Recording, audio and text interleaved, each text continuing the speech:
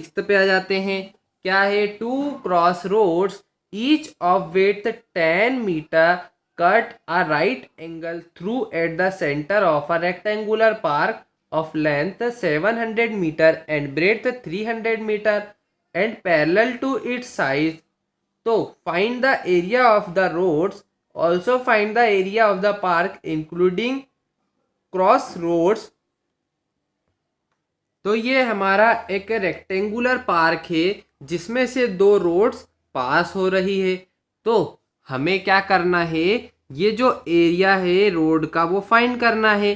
तो इसकी लेंथ है 700 मीटर, ब्रेड्थ है 300 मीटर और ये जो विड्थ है रोड की वो क्या है 10 मीटर की, ये 10 मीटर की। तो अब हम पहले निकालते हैं ये वाले रोड का एरिया। तो ये छोटा सा रोड है, इसमें 10 मीटर की इसकी ब्रेड्थ है और लेंथ कितनी है, बिल्कुल सही 700 मीटर की। ये पूरे रेक्टेंगुलर पार्क के बराबर है ना, तो ये 700 मीटर की इसकी लेंथ हो गई। तो क्या लिखेंगे, सबसे पहले length of road parallel to the length of park, मतलब कि ये जो लेंथ है वो किसके पैरेलल है, पार्क के लेंथ के, और उसकी लेंथ है 700 मीटर। तो हमारा एरिया क्या होगा रोड का, वो होगा L इंटू ब्रीथ, मतलब कि ये रेक्टेंगुलर है तो 10 इंटू 700 कितना आ गया 7000 मीटर स्क्वायर। अब क्या निकालना है, breadth of road parallel to breadth of park. तो ये वाला रोड है, इसकी ब्रेड्थ किसके होगी, इक्वल 300 के, क्योंकि ये इसके पैरेलल है। तो ब्रेड्थ कितनी आ गई 300 मीटर की। अब हम निकालते हैं एरिया, तो वो भी क्या होगा लेंथ इंटू ब्रेड्थ, लेंथ है 10 मीटर और ब्रेड्थ है 300 मीटर, ये वाले रोड की निकाल रहे हैं। तो कितना आ गया 3000 मीटर स्क्वायर, हमारा आंसर आ गया। अब निकालेंगे एरिया ऑफ बोथ रोड्स, क्या होगा 7000 प्लस 3000 यानी कि 10,000 मीटर स्क्वायर आ गया दोनों का एरिया। पर हमें इसमें क्या करना पड़ेगा, इसमें ये जो छोटा सा हिस्सा है कॉमन पार्ट उसको माइनस करना पड़ेगा।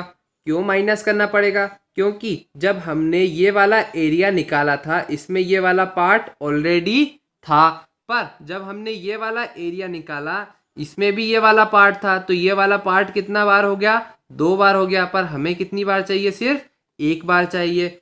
तो इस 1 बार वाला जो एक्स्ट्रा है उसको हमें माइनस करना पड़ेगा। तो ये किसकी, ये कितना हो गया, ये हो गया 10 मीटर का और ये भी हो गया 10 मीटर का, मतलब कि ये एक स्क्वायर है जो बीच में रिमेनिंग कॉमन पार्ट है। तो वो क्या होता है 10 इंटू 10, तो इसमें से हमें माइनस करना पड़ेगा 10 इंटू 10 को, तो कितना आ गया 10,000 माइनस 10 इंटू 10 यानी कि 100, तो एरिया ऑफ बोथ रोड कितना आ गया 9000 मीटर स्क्वायर।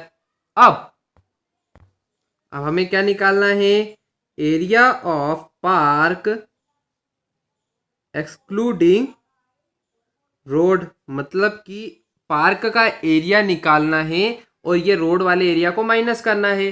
तो पार्क का एरिया क्या होगा, लेंथ इंटू ब्रेड्थ, मतलब कि लेंथ इंटू ब्रेड्थ माइनस ये वाला ये पूरा एरिया, ये जो अभी हमने निकाला रोड का एरिया, रोड को माइनस करना है तो 9000 उसमें से माइनस करना पड़ेगा।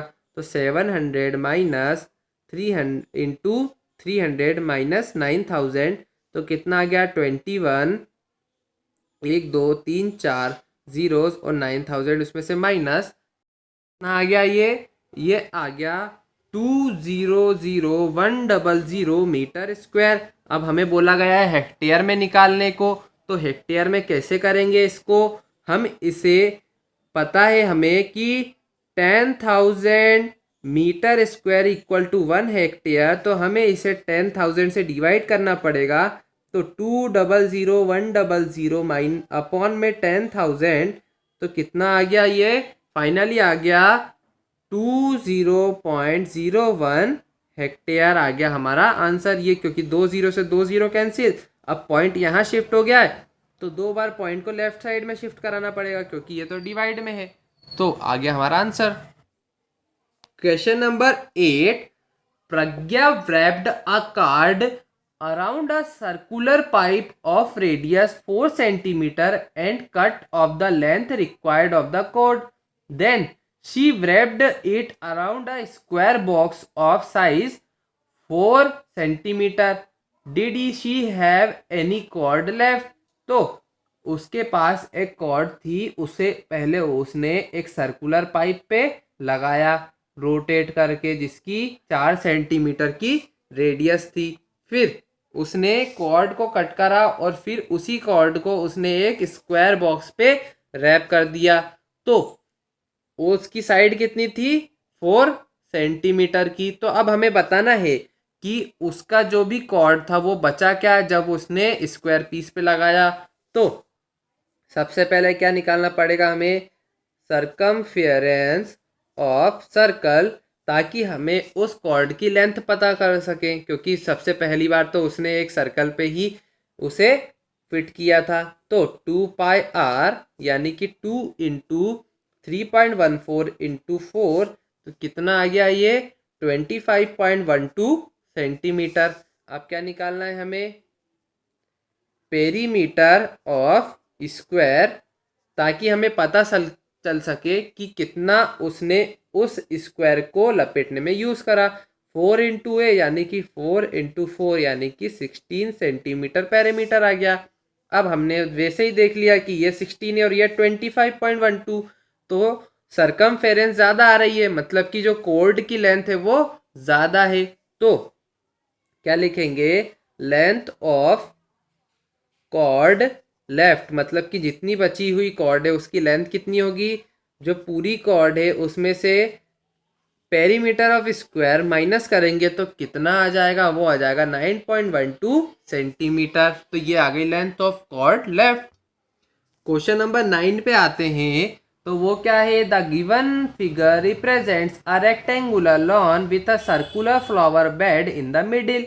फाइंड तो हमें जो डायग्राम दिया है उसमें कि एक रेक्टेंगुलर लॉन है, उसका सर्कुलर बेड फ्लावर बेड है जिसकी रेडियस है 2 मीटर। तो हमें पहले पार्ट में क्या फाइंड करना है, area of the whole land. तो पूरे लैंड का हमें एरिया फाइंड करना है। तो पूरे होल लॉन का एरिया कैसे फाइंड करेंगे हम, लेंथ दी हुई है हमें 10 मीटर की और ब्रेड्थ हमें दी है 5 मीटर की। तो एरिया कैसे आ जाएगा, एरिया आ जाएगा लेंथ इंटू ब्रेड्थ यानी कि 10 into 5 equal to 50 metre square. हमारा एरिया आ गया पूरे लॉन का। अब सेकेंड पार्ट में क्या निकालना है हमें, एरिया ऑफ फ्लावर बेड। तो रेडियस हमें दी है 2 मीटर की, तो एरिया ऑफ बेड किसके इक्वल होगा, पाई आर स्क्वायर यानी कि 2 इंटू 22/7 इंटू 2 इंटू 2, तो कितना आ गया 88/7 मीटर स्क्वायर। और इसे जब हम डिवाइड करेंगे तो कितना आ गया 12.57 मीटर स्क्वायर। अब आ जाते हैं थर्ड पार्ट पे, क्या निकालना है, the area of lawn excluding the area of flower bed. तो मतलब कि जो लॉन का एरिया है उसमें से उस बेड वाले एरिया को माइनस करना है। तो area of lawn excluding the bed, तो वो कितना होगा, area of lawn minus area of bed. पूरे लॉन का एरिया में से उस बेड का एरिया को माइनस कर देंगे। तो 50 मीटर स्क्वायर तो हमारा एरिया ऑफ लॉन था और 12.57 हमारा बेड का एरिया था। तो इनको माइनस करेंगे तो कितना आ गया, वो आ गया 37.43 मीटर स्क्वायर। अब आ जाते हैं फोर्थ पार्ट पे, क्या बोला गया है, circumference of the flower bed. तो हमें सरकमफेरेंस निकालनी है फ्लावर बेड की। तो सरकमफेरेंस क्या होती है? वो होती है 2πr, यानी कि 2 × 22/7 इंटू रेडियस है 2। वो भी कितना आ गया? 88/7। और 88/7 की वैल्यू हमने अभी निकाली थी कितनी?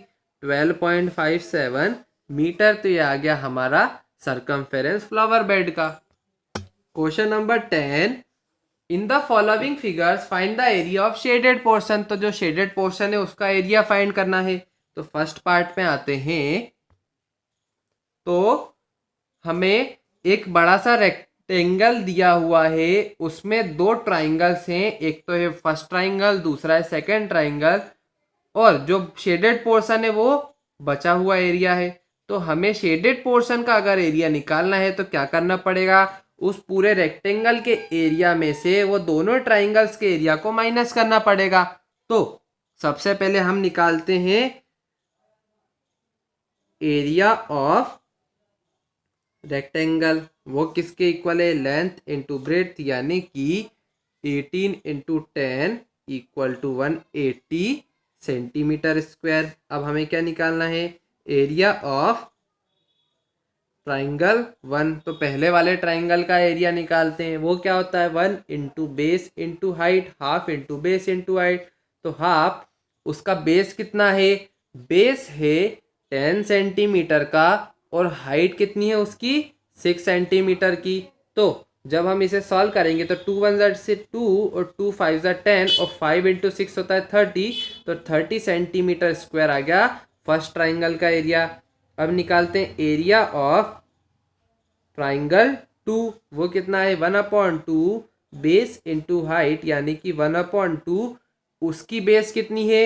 8 सेंटीमीटर, और हाइट है टोटल 10 सेंटीमीटर। यहाँ पे भी वही 2 × 1 = 2 और 2 × 4 = 8 होता है, और 4 × 10 कितना आता है? 40। तो 40 सेंटीमीटर स्क्वायर आ गया। अब क्या निकालना है हमें? Area of shaded portion. वो किसके इक्वल होगा? एरिया ऑफ रेक्टेंगल, यानी कि 180 में से माइनस करेंगे फर्स्ट ट्राइंगल का एरिया और सेकेंड ट्राइंगल का एरिया। इनके एरिया को माइनस करेंगे तो हमारा आंसर आ जाएगा। तो 180 माइनस 30 और माइनस 40 कितना हो गया? -70। तो 1110 सेंटीमीटर स्क्वायर आ गया एरिया ऑफ शेडेड पोर्शन। अब आते हैं सेकेंड पार्ट पे। इसमें भी सेम यही है। इसमें पर एक स्क्वायर दिया हुआ है, क्योंकि 10 + 10 मतलब जो उसकी लेंथ है वो 10 + 10 है। वो कितनी हो गई? 20, और ब्रेड्थ भी 20 है। तो 20 और 20 अगर सेम है तो वो एक स्क्वायर है। उसमें 3 ट्राइंगल से घिरा हुआ शेडेड पोर्शन है। तो अगर उस स्क्वायर के एरिया में से हम तीनों ट्राइंगल के एरिया को माइनस कर देते हैं तो हमारा आंसर आ जाएगा। तो सबसे पहले निकालते हम एरिया ऑफ स्क्वायर। वो कितना होगा? a × a, यानी कि 20 × 20 कितना हो गया? 20 × 20 400 सेंटीमीटर स्क्वायर। अब हमें क्या निकालना है? Area of triangle 1।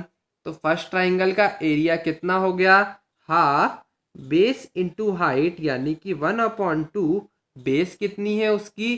10 सेंटीमीटर, और हाइट कितनी है? वो भी 10 सेंटीमीटर। तो कितना आ गया ये आ गया 50 सेंटीमीटर स्क्वायर एरिया।